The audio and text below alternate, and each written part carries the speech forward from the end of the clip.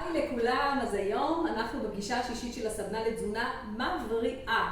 כי היו מזונותיך רפואותיך ורפואותיך מזונותיך, זה לא סתם משפט ולא סתם גימיק. כי אני, איילת שבתאי, הבראתי מפיברומיאלגיה, מחלת העייפות הכרונית, ירדתי 30 קילו, ואני עוד אותו 4 שנים בהבראה מלאה. אז אם זה אני הבראתי מפיברומיאלגיה, וכל המטופלים שלי בקליניקה העבירו מפיברומיאלגיה, אז גם אתם יכולות להעביר מפיברומיאלגיה. אבל עזבו את המחלה הארורה הזאת שנהייתה כבר כמו מגפה.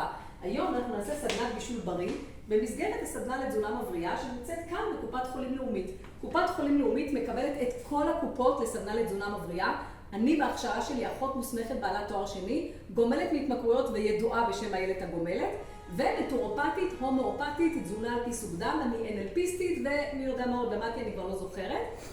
אז במסגרת הסדנה לתזונה מבריאה שנותנת לכם קופת חולים לאומית, אתם תקבלו כל כך הרבה כלים לאורח חיים בריא, מדויק לפי התאים שבו הקדוש ברוך הוא ברא אתכם, מדויק לפי חיידקי מערכת העיכול שזה היעד הבא, זה הגנום האנושי, מתחיל פה במערכת העיכול.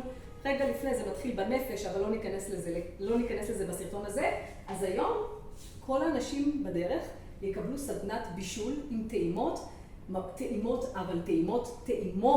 ובריאות, וסדנה הבאה נפתחת. איפה? קופת חולים לאומית רמלה.